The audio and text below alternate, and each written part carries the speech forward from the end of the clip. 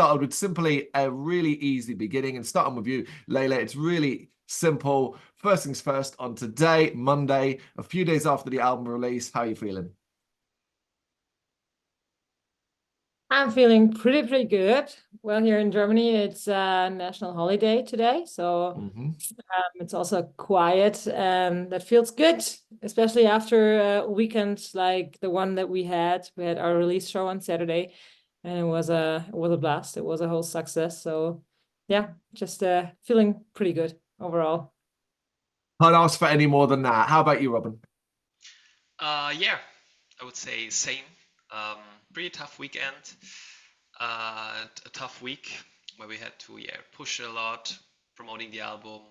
Um, on the release show, everything was organized by ourselves, so it was kind of a rare experience because usually we don't do something like that. But it was a very special day. Met a lot of friends and family, and yeah, everything went well. So we are all very happy that most of the stuff is done. Well, I'm glad to hear it went so well, but I have to follow up on that. You say you did it all yourself, but you don't normally. Why did you make the decision to kind of do this all yourself this time around? It was kind of because it was kind of a very short decision where we didn't have much time to bring a lot of partners in that help us organize stuff. So yeah, we had to rent a club and do it like old school style, and just organizing some securities, renting all that stuff for the stage, like a big light show. I think also the whole audio equipment, and organizing people who stand at the entrance and scanning tickets. So yeah, basically Lela did most of that. She was the head of organizing this, but I have to say that she did a great job here, and everything went well, as already said. The evening was a success, and I think we didn't have any big fuck-ups or something like that, so very fluent. Lela, as the person, as Robin credited you there, was it fun or was it just not worth the stress? Oh, it was absolutely fun. Well, it's basically my job that I learned, event management. So it was not that big of a deal for me, but it still was, because it's always super exciting when you're organizing your own show with your own support acts and stuff. Yeah, it was great. It was a hard day since I felt like I didn't have any breaks, because there were always people coming towards me asking questions. Well, that's normal. So I was prepared for that. But it makes me even more satisfied and happy after that day that everything worked well. Again, I'm really glad to hear that, particularly, of course, as well. You're openly as well trying to focus on the fact that you did just release a new album, Transience. It's been out a few days, out into the world, being heard by folks far and wide. Has it sunk in yet that it's out now for you? Yeah, kind of, but not completely. Since we're still giving interviews like this one, it's still inside the releasing process. It will take a few more days for us, I think, to let it settle. And yeah. Yeah, I mean, especially over here in Germany, we're still having an eye on the charts right now. So we are trying to push as hard as possible, at least until Thursday evening, because this is when they cut everything and then check the results. So a few days more to go to try to sell and stream as many records as possible, and then see where we end up. Well, one thing you can kind of pay attention to at this stage, even though it's very early days, of course, the reaction. For what have you seen over the last few days regarding the reaction? Have you found it to be quite positive? Absolutely.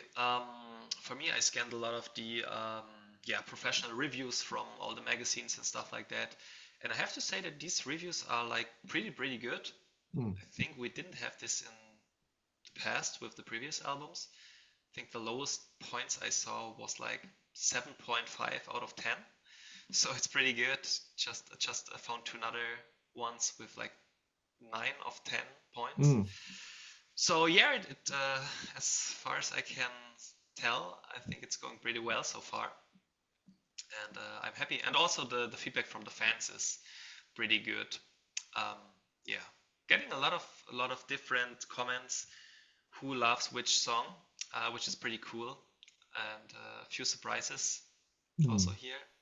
I think especially the last song is a big surprise for the fans, and we heard that a lot, so that's pretty cool. We're going to come back to that. I'm glad you mentioned the last song. Of course, we're talking about coming home, but we're going to come back to that in a bit. Sticking with the overall vibe within venues, as a group, as a unit, I ask because at the moment, from an outside perspective, it feels like everything is moving top speed constantly. You're really hot at the moment, coming off what you did in 2023 and what you've now done to the start of 2024.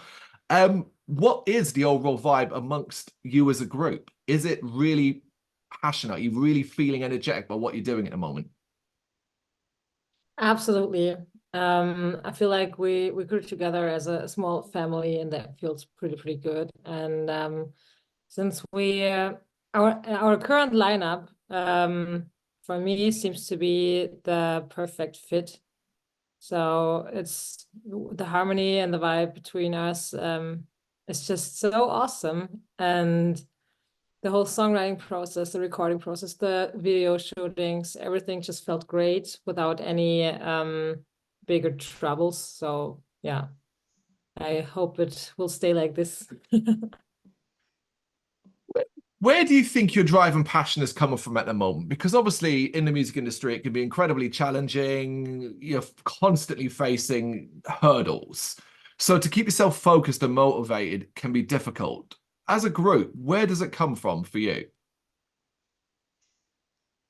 I think what is very important to us is paying attention and taking care of each other. So even if one of us has a bad day or has some pretty bad things going on in his personal life, the others will try and help cope with this and just be there and yeah, be like a small family, and catch the one that is falling at the moment. And it's it has always been that way between us, and this is something that keeps you motivated when you're not feeling good, but you see that the others are still working hard on to reach the goals that you have. You feel like it's okay to hang loose for a moment, because the others will catch this and will keep going, and you can take your time and gain new strength and come back even stronger. So yeah, that's good. Yeah, definitely what Lila says, and I think another important point is that you focus on like the small goals that you reach and all the positive feedback, whatever it may be, like a very positive message from a fan or someone showing his latest venues tattoo to you. This is great stuff. I mean, this whole music scene in general is like not so rewarding because you're investing a lot of time, energy, money, all that stuff. And I mean, yeah, the rewards are like super small. I mean, yeah, budget wise or whatever you call it. But yeah, I think you have to realize that the way that you are going as a band is the goal, and that you really have to appreciate that, being on the road and yeah, experiencing all that and having a good time. Looking after each other, focusing on the small goals, enjoying those. Have you, I have to ask, have you come across anyone with a venues tattoo? Yes. Yeah. Yeah. Amazing. I think on our release show, we had some special event where a good friend of ours also did tattoos at the show. And only on this day where I think 3 venues tattoos were created. But yeah, I think, yeah, we played a lot of shows where like people we haven't seen before just show up at the merch table and then yeah, pulling up their sleeves saying, guys, check this, it's my latest tattoo. And then it's a venue's tattoo and we were like, wow, our minds are blown. For me, it's still crazy to realize that there are people out there um, getting some tattoos from our band under their skin. It's crazy. And we even have one fan who has got our logo tattooed across his throat here. Oh, This is yes. so crazy. Well, it looks good, Wow. but it's hard to believe that it's our logo.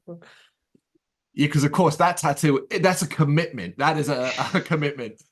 Absolutely. All right, let's dive into the new album a little bit here. And I kind of want to start with something that I noted in my review, and it's the expansion of of Venue's musical palette, as it were. It feels like you're trying new things, experimenting a bit more. So I have to ask, when it came to the writing, did you set yourself any creative lines, any limits when it came to what you wanted to do? Was it very open and free? I would say it was completely open and free, since we didn't really think about releasing an album when we started writing the first few singles, which was about 2 years ago. And our goal was to just to go to the studio and write and record bangers that we could release as singles. Yeah. So that was the line that we wanted for the songs. We wanted them to be as good as possible, just to be released as singles. And that it will be an album just came to us maybe half a year ago. So then we decided that it's about time to bring all the stuff together and put something out that ends this era and lets a new one begin. At what point what made you realize you had an album? Was it simply the number of tracks, the number of bangers you had, and you thought, okay, we have enough here. We just need to add a few more and we've got an album? Yeah, more or less, basically. I mean, yeah, as Lela said, we were started writing 2 years ago and just trying to collect as many strong songs as possible. But also how it is nowadays, you have to keep dropping songs to stay relevant. So every once in a while, we had to release one of these songs, and I think it really, it came up with the last studio session. We hit the studio like 3 times for this record. I think first time we recorded 3 songs, then on the second one also 3, and with the last studio session, we decided to record 4 songs, and to make 10 songs in total. And at this point we realized, okay, now we maybe should slowly start thinking about a possible title for the album, thinking about the cover artwork and the track list and what's like the main topic going through all these songs. And that's when we really started thinking about all that process and trying to create one working shape. I guess all right, so let's try and focus on, I guess, maybe one specific recording session, because the passion, the heart, the soul, the emotion, it all comes through incredibly strongly across the album. So cast your mind back, if you can, to the recording sessions and describe what your mindset was like during some of the more intense moments. I think the whole process was pretty intense, since the first we parted ways with our former guitarist, and in the first studio session where we recorded the first 3 singles, he was with us, and the second one was the first time in the studio without him. So the overall process was pretty. I don't want to say complicated. It wasn't complicated at all, because it worked out pretty well. And the songwriting process, because our old guitarist, he was our main songwriter together with Valentin, who is still in the band. And when we parted ways with him, we had to think about a new way of songwriting. And but this worked out pretty well. We have Valentin still, who writes the songs for us. When it comes to the instrumentals, and now we have Dennis, our live bass player, who also started writing songs for us and with us. So it just came to a new way pretty naturally and easy. but it was still exciting because it was something new. It was something we didn't do before, going to the studio and writing songs without the guitarist. Yeah. Yeah, I think every session was more or less intense because we always had to face some troubles with every session. On the first one, we had a lot of, I would say, traction with our old guitar player. On the second one, we were like, wow, okay, no one knows how it's gonna be without him. So we were kind of afraid what will be the results. And yeah, on the third one, it was like there was a lot of pressure because we had to create four more good songs for the album. And we had some time pressure because the album needed to be done pretty soon because we are part of like a German, what's it called in English, like a program where you get a little bit of money from the government that supports you, but you have to be aware of the deadlines and have to deliver everything in time. So yeah, every session was a challenge in some way, but yeah, every single session ended very well for us. I love hearing these stories. Not the fact that you dealt with so much pressure and there was stress or anything related to that, because the end result does speak for itself. But I love hearing it because, of course, listening to the album and hearing this cohesive, put together piece of work, you may never know the challenges you ever went through because the album itself flows brilliantly. It's easily digestible and so important. There's so much replay value. It is incredibly impressive. So I guess talk to me about, you mentioned it before, track listing and shaping the album and deciding how you were going to make this flow. Was that an easy process? Thank you first for what you just said. It's good to hear that. When it comes to the track listing, to be honest, we gave our instrumentalists the chance to tell us what they think about it, because they are more into the whole instrumental thing and how the songs instrumental wise work together. Yeah. So they told us how the track list should be like in their opinion, and yeah, that was pretty easy because we thought, it fits well. I think we had two options, and then we decided to go with option one or option two. I'm not sure which one it was, but yeah, that's all. Robin and me didn't do anything in here. Yeah, I think the only thing that was in my head before we were talking about track listing was that Coming Home should be the last one. But this was the case in both options, in both possible lists. And I think our instrumentalists, they were like, okay, going over and over all of these songs and thinking about, okay, this song ends with this note, then we should start with this. So we are really out of that kind of discussions. But yeah, they came up with two good ideas, and Coming Home was on the last spot. So I was like, that sounds pretty good. Let's go with this one. Yeah, I can't imagine the album opening with Coming Home or finding it sandwiched somewhere in the middle. It'd be a little bit strange now.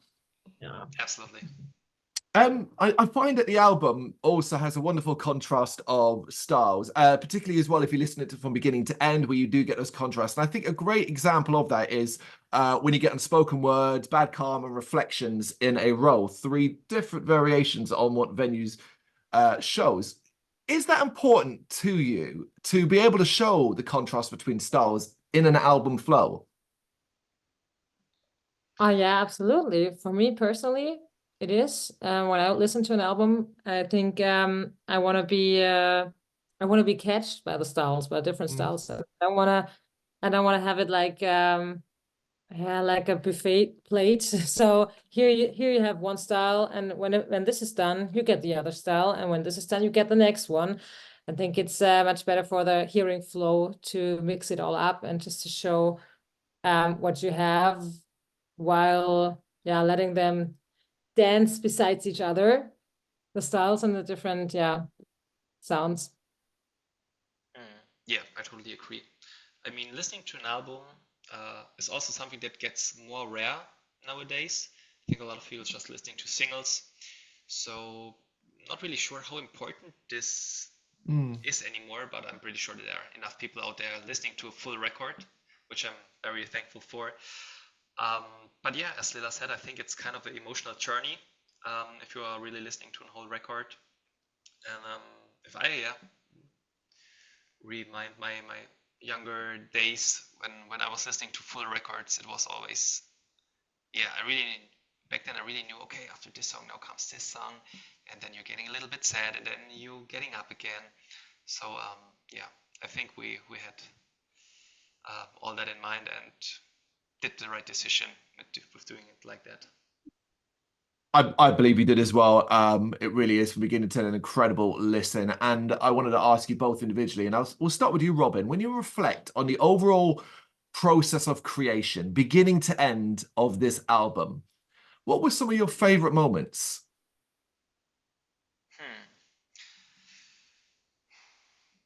And you can have a think at the same time, Lela, because you're going to get the same question. I think one of my favorite moments was when, or the last day of vocals, when we were tracking vocals in the studio. I think for me, it was the first time that I ever recorded some clean vocals for Coming Home, because I'm also singing on the second chorus with Lela together. And I was pretty nervous when doing this because I've never sung any clean lines in the studio. So I was like, wow, okay. It's kind of strange because also everyone is sitting in the room with the producer and everyone is listening, and then you go in there like, oh damn, okay, now you have to do something that you've never did before. But yeah, I think it was good because when I came back in the room, everyone seemed to be touched by my performance, and especially our drummer. He was like, had a small tear in his eyes. So I was like, wow, okay, that's cool. It was a pretty magic moment for me. And also of course, because everything was done, and I was like, wow, okay, we did it. This is album number 3 for Venues, and I'm very happy with how all of that turned out. Well said. How about you, Lela? Yeah, for me, it's also with Coming Home, because that was the first song that I wrote for Venues, and I wrote it on the piano.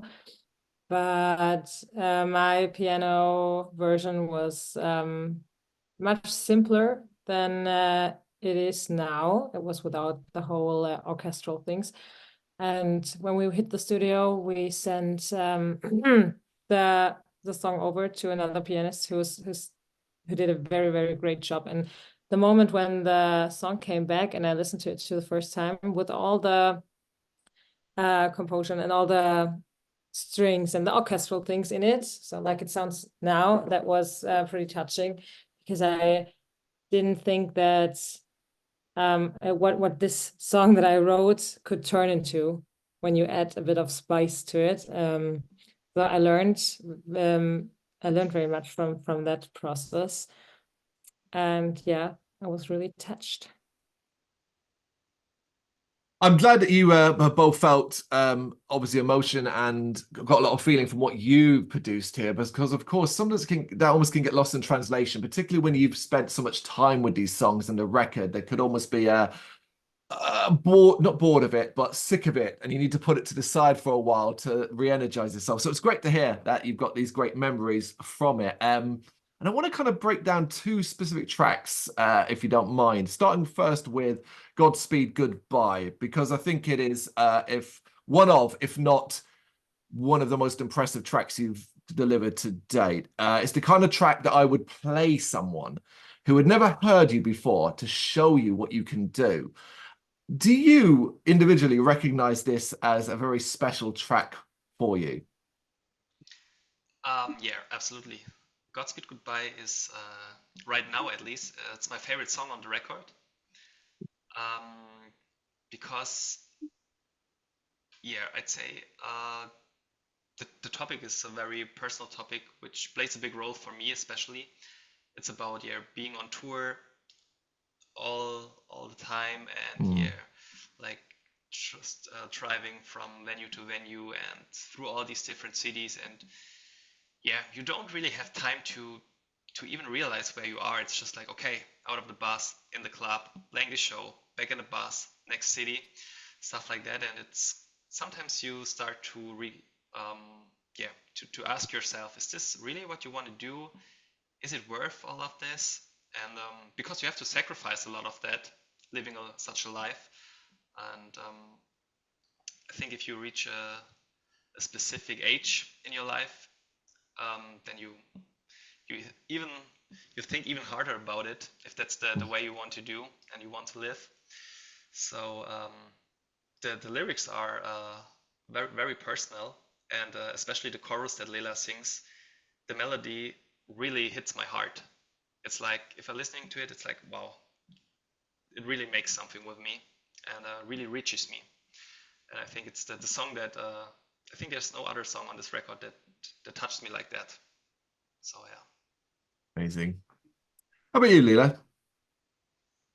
Yeah, this one is definitely a special, very special to us. I think the vibe that it has now, it didn't have that as much before we hit the studio. The whole synth thing happening in here, well, most of it was created in the studio.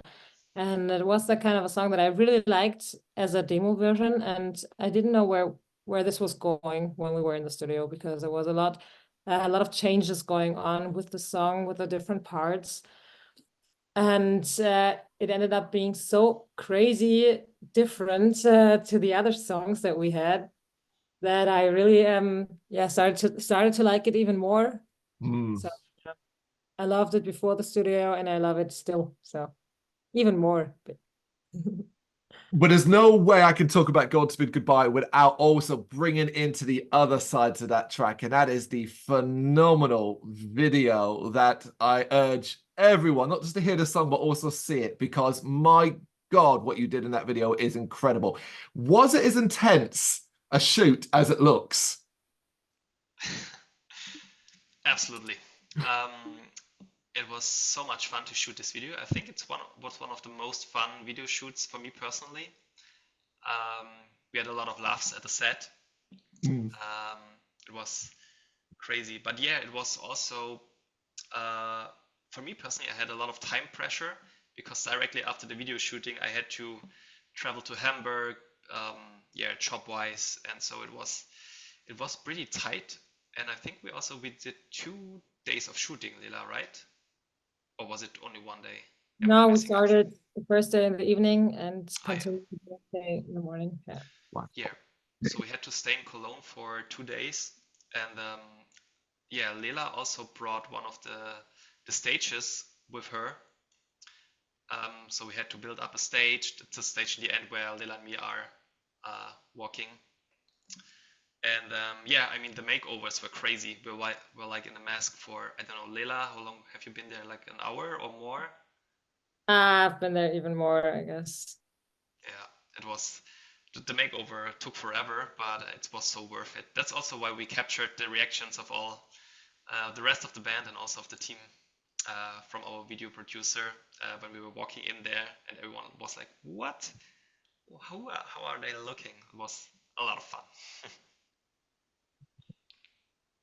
It is simply incredible. I'm so glad to hear that, because I was dreading you turning around and saying, oh, it was absolute hell and it was a nightmare. And even though the end result was so good, you'd never want to go through that again. So it's great to hear that.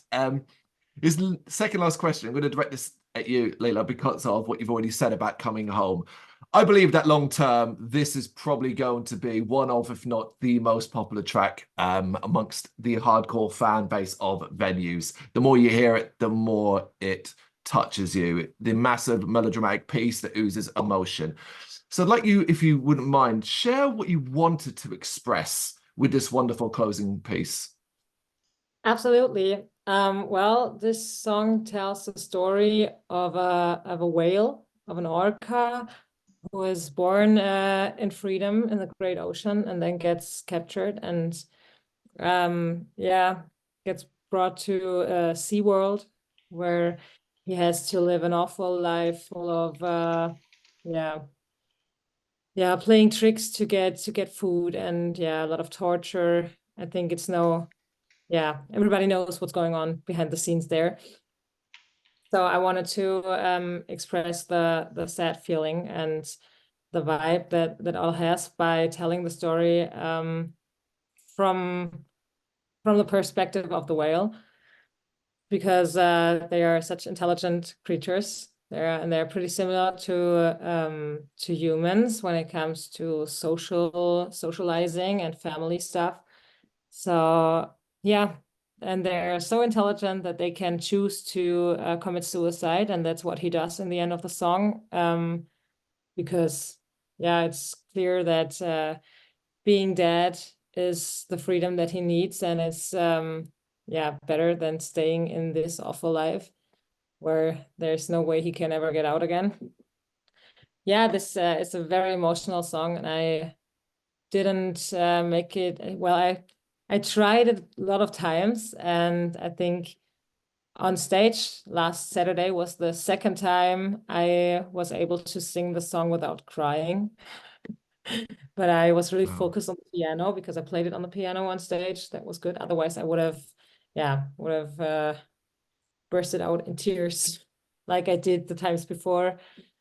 Yeah, it's very touching. And that's why you should never go to SeaWorld and support these assholes that are capturing wild animals.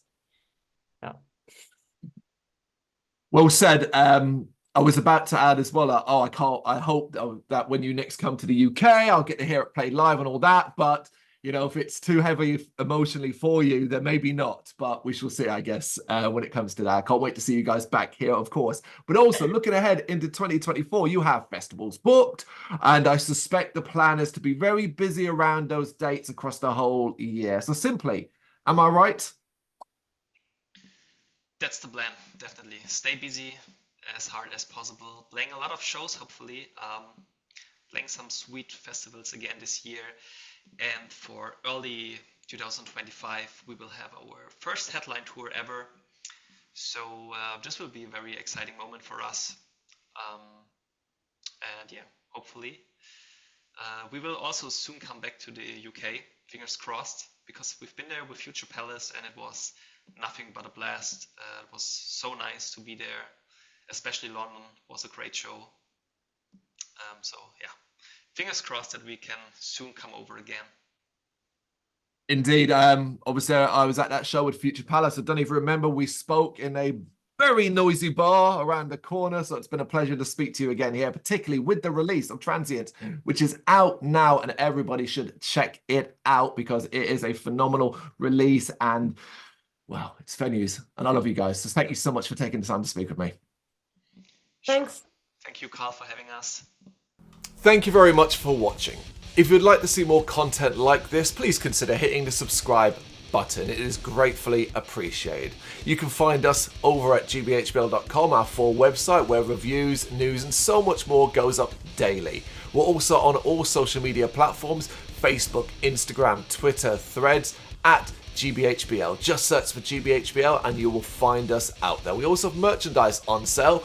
You can access the shop via the website.